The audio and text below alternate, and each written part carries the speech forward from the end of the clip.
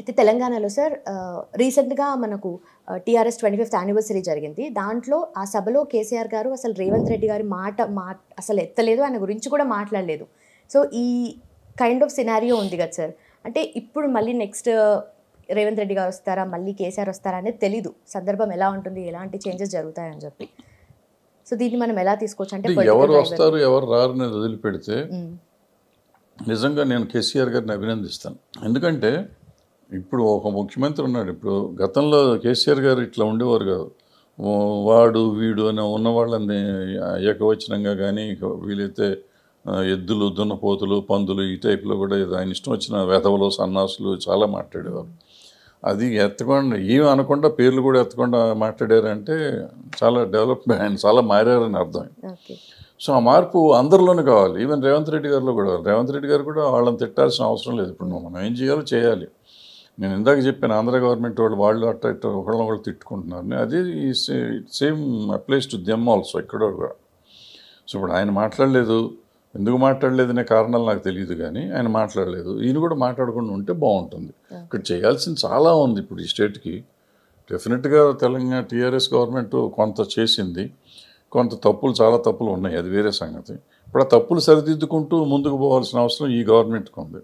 అది లేకుండా ఎంతసేపు వాళ్ళని తిట్టుకుంటూ కూర్చుంటే మనకి టైం వేస్ట్ తప్ప పని జరగదు కదా.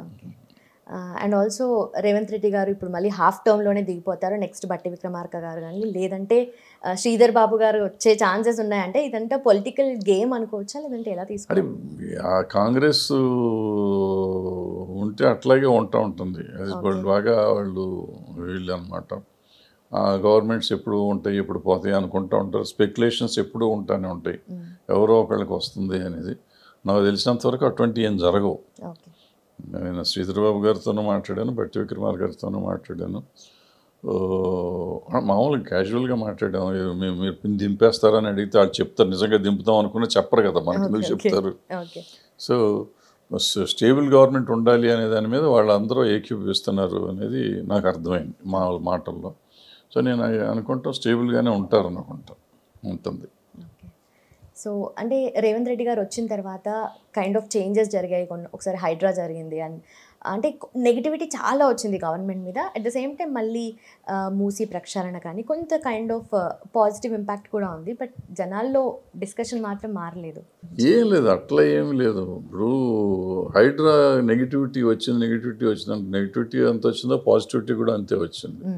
ఇప్పుడు హైడ్రా అనేది బట్ ఎట్లా ద వే దే స్టార్టెడ్ చాలా బాగా చేశారు. చేసింది నిజంగా అట్లా చేసి ఉంటే బాగుండేది. అది కొంత దూరం వెళ్ళేసరికి ఏమైందంటే పాపం పూర్ పీపుల్ ఇళ్ళు కూడా కూలగొడతాం ఇవన్నీ జరిగిపోయినాయి. మిడిల్ క్లాస్ వాళ్ళే కూలగొడతాం అంటే చాలా డ్యామేజింగ్గా ఉంటుంది. నువ్వు చేస్తే తప్పు చేసిన ప్రతి వాడిని శిక్షించాలి. ఈ బస్తీలు ఇవన్నీ ఏంటంటే బస్తీల్లో ఉన్నవన్నీ ఏ రాజకీయ నాయకుడో ప్రోద్బలంతో వీళ్ళు చేశారు. వాళ్ళకి ఎట్టాగో నువ్వు సింగిల్ బెడ్రూమ్ డబుల్ బెడ్రూమ్ ఇల్లు కట్టిస్తున్నావు. కట్టించినాక వాళ్ళని షిఫ్ట్ చేసి ఇది కూలగొట్టేస్తే బాగుంటుంది. వాళ్ళని ముందుగానే కూలగొడతాం, వాళ్ళ ఇళ్లలో ఉండగా వాళ్ళని కూలగొడతాం అనేది దుర్మార్గం, అది కరెక్ట్ కాదు. సో అలాంటి స్టెప్స్ చేస్తే కొంత నెగిటివిటీ వచ్చింది. బట్ ఇన్ జనరల్ ఏంటంటే ఎప్పుడైతే ఈ హైడ్రా వచ్చిందో రియల్ ఎస్టేట్ దెబ్బతింది. రియల్ ఎస్టేట్ దెబ్బతింటే రియల్ ఎస్టేటే డెవలప్మెంట్ అనుకునేది మూడ్లో ఉన్నారు ప్రపంచం అంతా. ప్రపంచంగా పర్టికులర్గా భారతదేశంలో, పర్టికులర్గా ఆంధ్ర తెలంగాణలో రియల్ ఎస్టేట్ రేట్లే డెవలప్మెంటు అని మామూలు కామన్ మ్యాన్ కూడా అనుకునే పరిస్థితిలో ఉన్నారు. సో రియల్ ఎస్టేట్ డెఫినెట్గా కొంత ఆగిపోయింది. అంటే ఎదుగుదల లేదు, తగ్గలేదు. రూపాయి ఉందో ₹1 ఏం అవ్వలేదు. రూపాయిది మామూలుగా ఇంతకుముందు అయితే రూపాయిది నెలకి ₹2 అవుతుంది, ₹2 ₹4 ఇట్లా పెరుగుతూ ఉండేది. ఈ రూపాయి దగ్గరే ఉంది. ఇంకా తక్కువ కొనుక్కునే వాళ్ళు కూడా లేరు, తగ్గారు. సో ఈ పరిస్థితి వచ్చేటప్పటికి ఏమైందంటే డెవలప్మెంట్ లేదు, లేకపోతే ఏదో అని అంటూ ఉంటారు. జరుగుతూనే ఉంటాయి. తెలంగాణలో కండిషన్స్ గురించి మీకు ఒక అనాలిసిస్ ఉంది కదా సార్, దాని గురించి ఏం చెప్తారు డెవలప్మెంట్ పరంగా? తెలంగాణ ఆల్రెడీ డెవలప్ అయ్యిందమ్మా. వాళ్ళకి విలేజెస్ వరకు జరుగుతున్నాయి. దేవ ప్లాన్స్. ఇప్పుడు వరంగల్ డెవలప్ చేస్తున్నారు. వరంగల్ అన్ని స్టేట్స్లోనూ ఎంతో కొంత ఇన్ఫ్రాస్ట్రక్చర్ పెంచుకుంటూ పోతున్నారు. సో తెలంగాణ ప్రాబ్లీ అనదర్ 10 yearsలో అసలు మనకి కని విని ఆలోచించే ఊహకందనంత డెవలప్మెంట్ వస్తుంది తెలంగాణలో. ఆల్రెడీ చాలా వచ్చింది, ఇంకా వస్తుంది.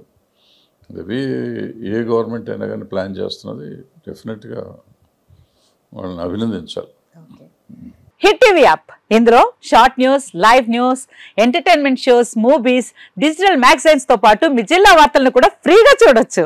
ఇంకెందుకు ఆలస్యం, వెంటనే హిట్ టీవీ యాప్ ని డౌన్లోడ్ చేసుకుని ఫ్రీగా ఎంటర్టైన్మెంట్ పొందండి. Hit TV app. Hit TV app. Please download Hit TV app. Hit TV యాప్ని ఫ్రీగా డౌన్లోడ్ చేసుకొని ఎంజాయ్ చేయండి. మీకు నచ్చిన ఎంటర్టైన్మెంట్ కోసం హిట్ టీవీ యాప్ ని ఫ్రీగా డౌన్లోడ్ చేసుకుని ఎంజాయ్ చేయండి. హిట్ టీవీ యాప్ని డౌన్లోడ్ చేసుకుని ఆస్వాదించండి, ఆశీర్వదించండి.